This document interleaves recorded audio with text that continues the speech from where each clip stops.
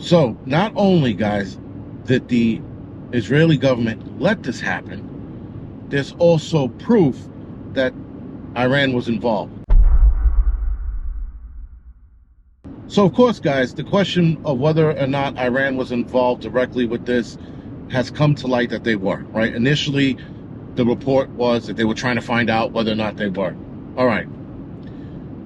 Whether or not the Israeli government had a catastrophic failure of this information was also bullshit. Every last one of us who pretty much stays in tune with what's going on in the Middle East knows that at the very least, we know that Israel has the best information out there, intelligence information, and the intelligence community, they're by far the best.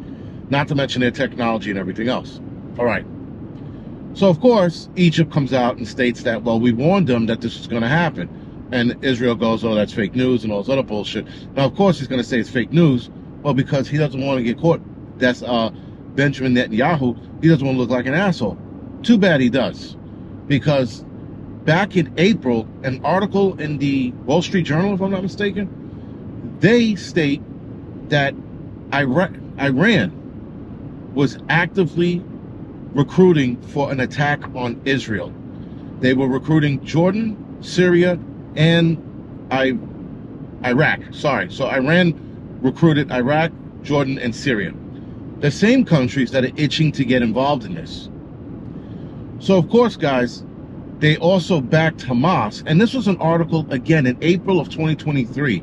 This was all being talked about then, or rather exposed back then. So now, with all of this proof, if you will, coming to light, Israel is still playing the, oh, well, you know, it's still a catastrophic failure. Listen, I can trust fucking Israel as far as I could fucking throw them. Same could be said about Palestine, Gaza, Hamas, all of those people over there. None of these people, guys, in the Middle East are trustworthy people. I don't care what country it is. Anybody that sits there and goes, well, Israel, because of Jews, they're trustworthy, the fuck out of here. Anybody that says Palestinians are warriors and they could be trusted, go fuck yourself. None of these people are trustworthy governments or people, because there's no way, guys, that they missed all of this intel. It's absolutely impossible. And then you have the Wall Street Journal with an articles breaking down exactly what's going on and how it's going on, and somehow they still missed all of this. So not only did Egypt warn them weeks before the attack, the Wall Street Journal did. So the Wall Street Journal gathered this information from both sides. I don't know if Israel was involved in the gathering information, but they definitely got it from their inside sources on the Iranian-Iraqi side. I didn't hear anything about Jordan. So again, guys, all of this was missed by Israel, but the game plan was set in motion a year ago, and an article came back in April, and they still missed all of this. They still missed the fact that Iran was looking to attack, requesting the help of Iraq, Syria, and Jordan, also with the help of Hezbollah and Hamas. And look at Hezbollah now. Hezbollah is stepping up their attacks. Iraq is sort of, right now, not saying much, but looks like they're willing to help. Jordan hasn't said much. Syria is itching. They look like fucking crackheads waiting up for their next shoot. They can't wait to get involved. And Iraq is looking to get directly involved. Meanwhile, the rest of the Muslim nations, if you will, are asking these countries to be easy and stand fast. This war, guys, was set in motion for a reason. Now, there's a lot of reasons that we're going to speculate. There's some reasons I haven't. It sounds more plausible, if that makes sense. One of the reasons was to make sure that Benjamin Netanyahu didn't look like a weak, inferior leader. That's one of the extremes. The other one was they just wanted to wipe these people off the map. Keep in mind, guys, when Hamas moved into Gaza Strip and took it over, and people keep saying that they were voted for, it was vote by force. So initially it was called the Battle of Gaza. The Battle of Gaza, guys, was Hamas taking Gaza by force. It wasn't like they were like, guys, you want to vote for this? They took it by force. So who was going to vote no for Hamas not taking over?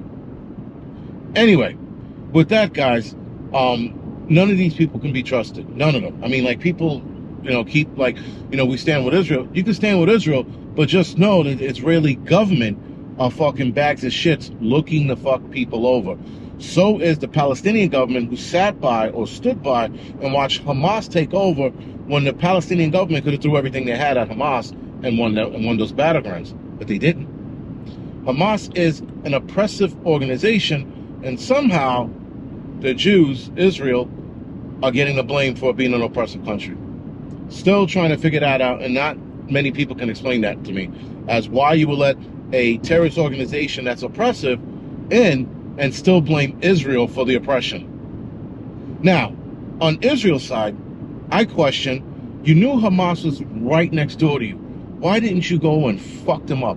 Why didn't you send in a group of highly trained special forces members to wreak havoc on that side, instead of standing by and going, I hope nothing happens?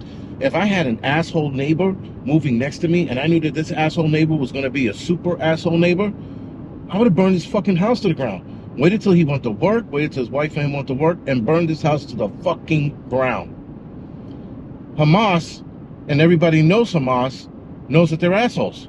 So why didn't you go in there and infiltrate some shit and fuck their shit up? That I don't understand. Or why didn't you just start, again, bombing the shit out of them? Now, I understand the bombing haphazardly, though I stand against it, but I understand why they did it, because of all the secret tunnels and all the other bullshit that Hamas has underground. Still, this was definitely set in motion, guys, and I have a feeling that Israel was a part of it at some level, because again, there is no way on God's green earth that Israel, got caught with their pants down. It's virtually impossible. I still don't. Even when they give the excuse, well, we failed. That's it. That was their excuse. We failed. I'm like, and so the dead people, that's supposed to be they're like, oh, you know what? The Israeli government, they dropped the ball. That's okay. Listen, every family member who lost somebody because of the Hamas bombings needs to hold the Israeli government accountable for this shit. And obviously you're going to wait till after this is all said and done, which, if it goes nuclear, it's never going to. I don't think it is.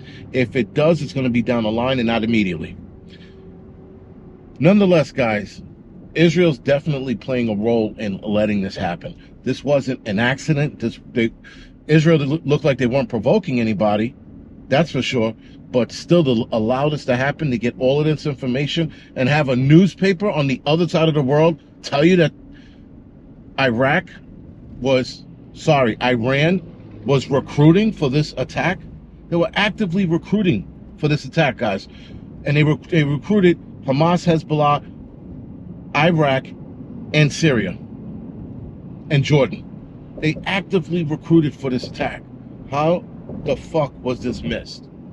Now, I'm going to get older one day and be in an old age home, eating my pea fucking soup and trying to figure out why did they let this happen. Now, again, I have an idea, but even when explained, guys, it still doesn't make sense. It's one of those things where you're explaining the answer and you're still having a hard time understanding why. This is that case for me. When I'm in a fucking old age home at Shady Acres eating pea soup and fucking crackers, I'm gonna be like, why did that happen? Why? Anyway, guys, this is The Angry Prepper. Thank you for watching.